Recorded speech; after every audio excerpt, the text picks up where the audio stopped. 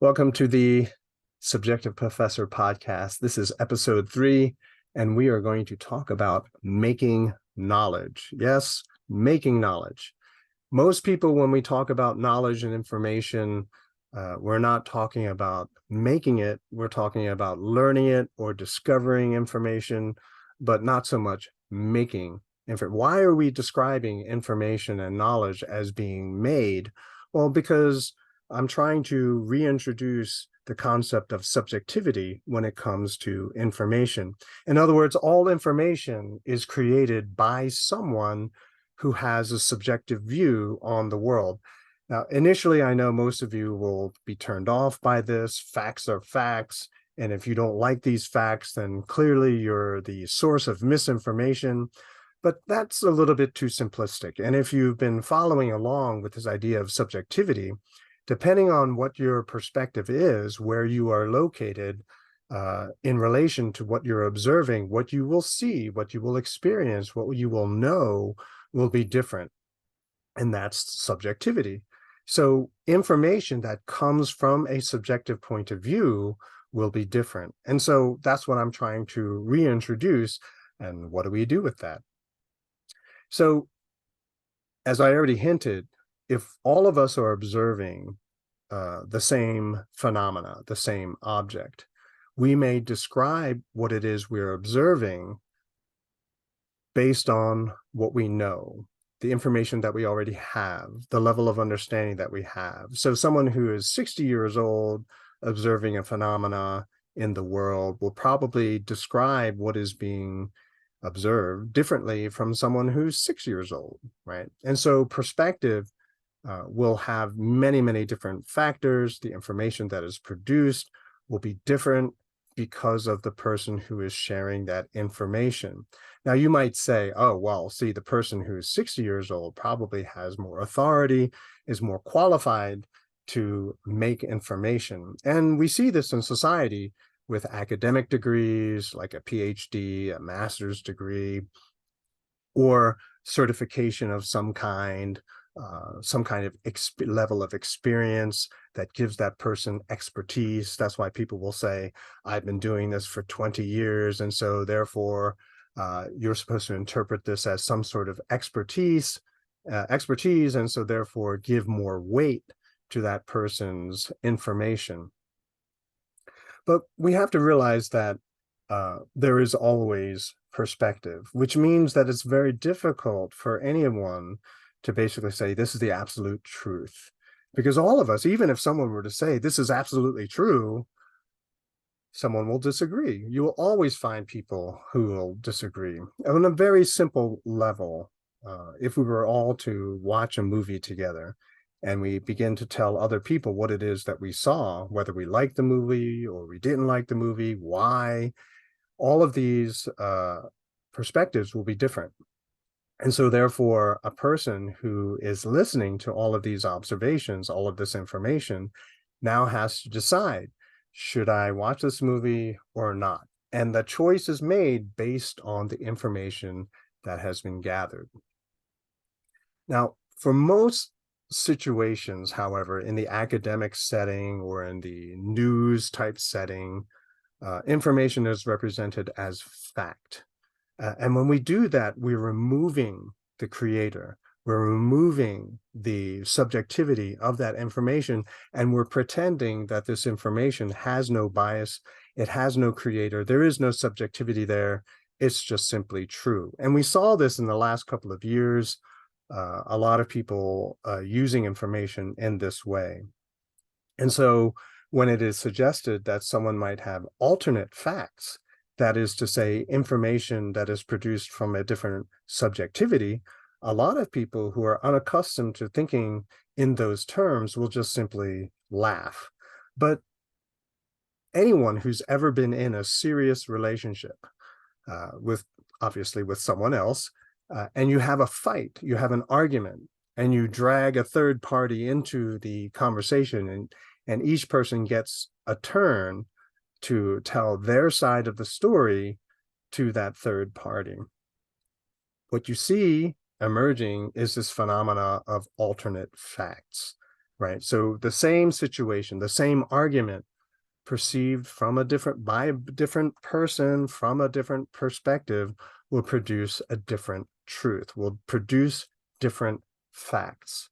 Now, obviously, alternate facts, but that phenomena is erased. We forget about that when we go to school, when we're listening to the official story, right? There are no alternate facts. This is the information that we have to know.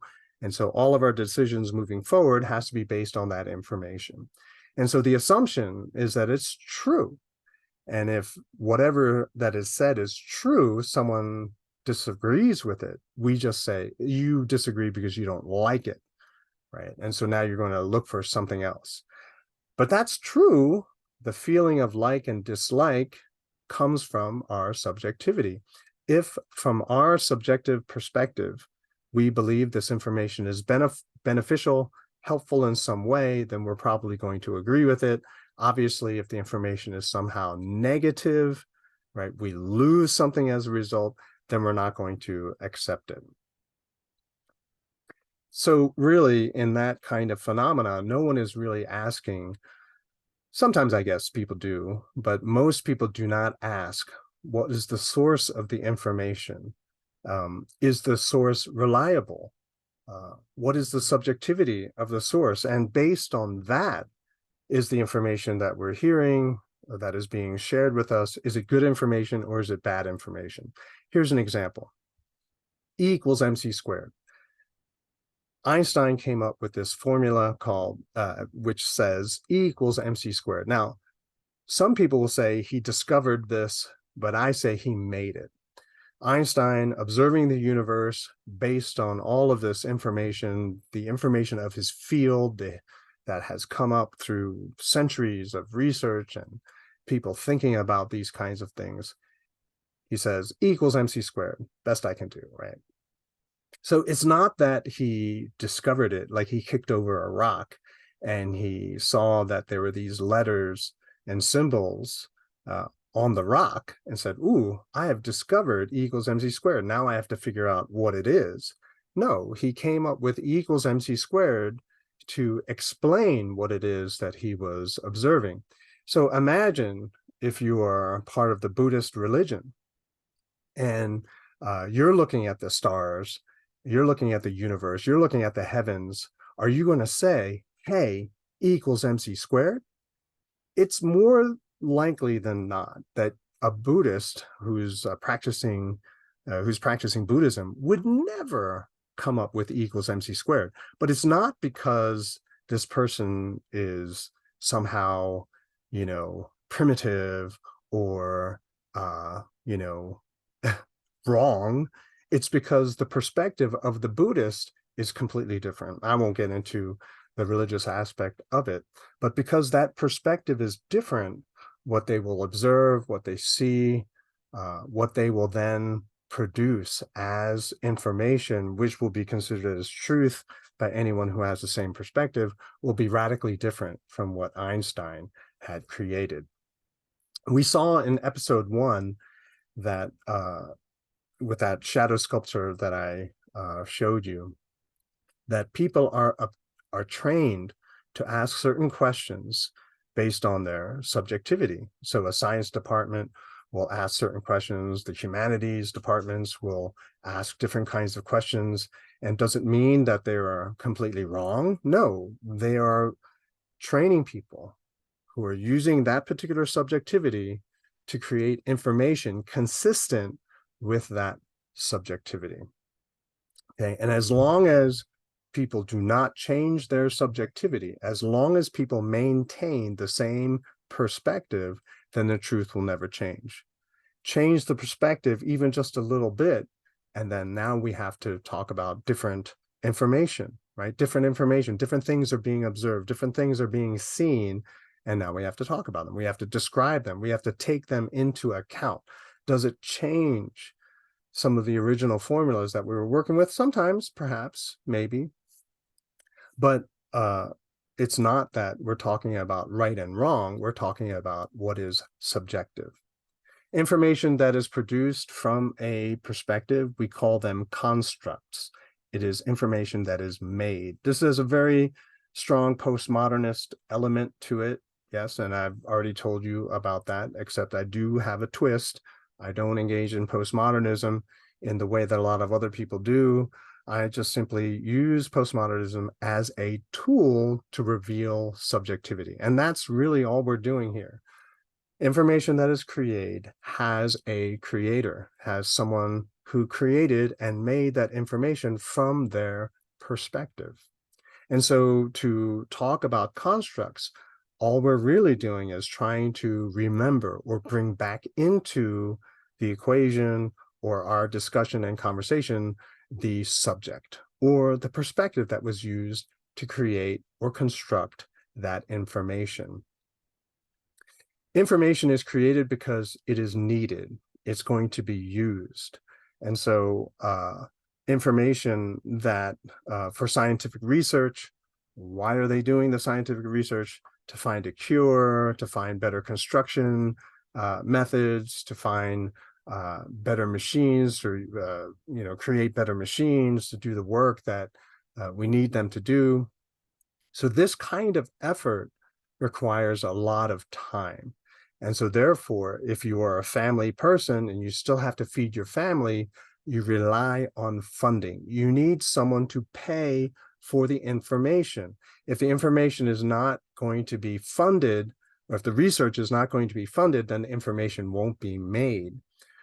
And this introduces a bit of risk. You could pay for a lot of information, but the information is not useful or is not good, then you've wasted your money. And so people are very careful generally about where they put their money, what kind of research they're going to fund. Things have changed dramatically with the introduction of government funding, but maybe we'll get to that later. But generally the mechanism is someone pays people to make information. I'll give you an example of this. I was riding in the car one day and I heard the DJ, that would be the person who works for the radio station, talk about a new scientific study which discusses the benefits of drinking coffee. And I thought that was really interesting because what scientist would go to college, rack up all that student debt to drink coffee for the rest of their life, and how long does that career last anyway? So I thought that was interesting. And asking those questions, I thought, well, who would pay for that information? And I did a little bit of Googling and saw that the Coffee Institute, so coffeeinstitute.org, if you're interested, created this information. Now, who would fund that kind of research? Well, of course, it would be the coffee companies trying to increase the sales of their product. In other words, to make more money. And so it's worth it for them to make the investment to have this kind of research. Okay, that's kind of on a non-offensive level. Let's raise the bar a little bit here. Tobacco. Now, once upon a time, people said, hey, there's a link between cigarette smoking and cancer. And tobacco companies said, really? Okay, well, we'll hire a bunch of scientists and we'll see what they say. So the scientists hired by, I'm still on the coffee. The scientists hired by the tobacco companies came to the conclusion that there was no link between cigarette smoking and lung cancer, right? And not surprisingly, people would say, well, that's their conclusion because they were paid to reach that conclusion. So people who were skeptical of that research hired their own scientists, and surprise, surprise, they did find a link because that's what they were paid to do, find a link between cigarette smoking and lung cancer. And so you have this continuous debate. Whose scientists do you believe? Whose scientists would be more trustworthy? And you can see that both sides benefit from having scientists support their claim. Fast forward to today, some scientists have come out who have nothing to do with the tobacco lawsuits, said that there is a genetic component with tobacco smoking and lung cancer. So that kind of puts a wrench in the works, as they say. So whose scientists do you believe? Which subjectivity are you going to believe? And what does this have to do with you? And these are other kinds of questions, right? So instead of debating the morality of smoking or not smoking, right, which is usually fueled by scientific research, we can go back to saying, well, that's your choice. You've chose to believe these scientists, and so whatever happens in your life, that's on you, okay? So we come back to the idea of choice. So what information are you going to use to make the choice, right? Are you going to, you know, go with this information or go with that information? It's your choice, and so therefore the consequences of that choice is your responsibility. So we can see already just by this short example and this short video that there is no shortcut to the truth. There is no shortcut to an absolute truth, facts that will always forever be the same, never change. That just simply just doesn't happen.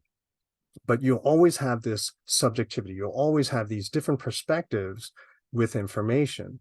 Certain kinds of information will sound good to you because you share a little bit of that subjectivity. Other information will sound bad to you because you don't have and you don't know anything about that subjectivity. But does it mean that it's right or wrong?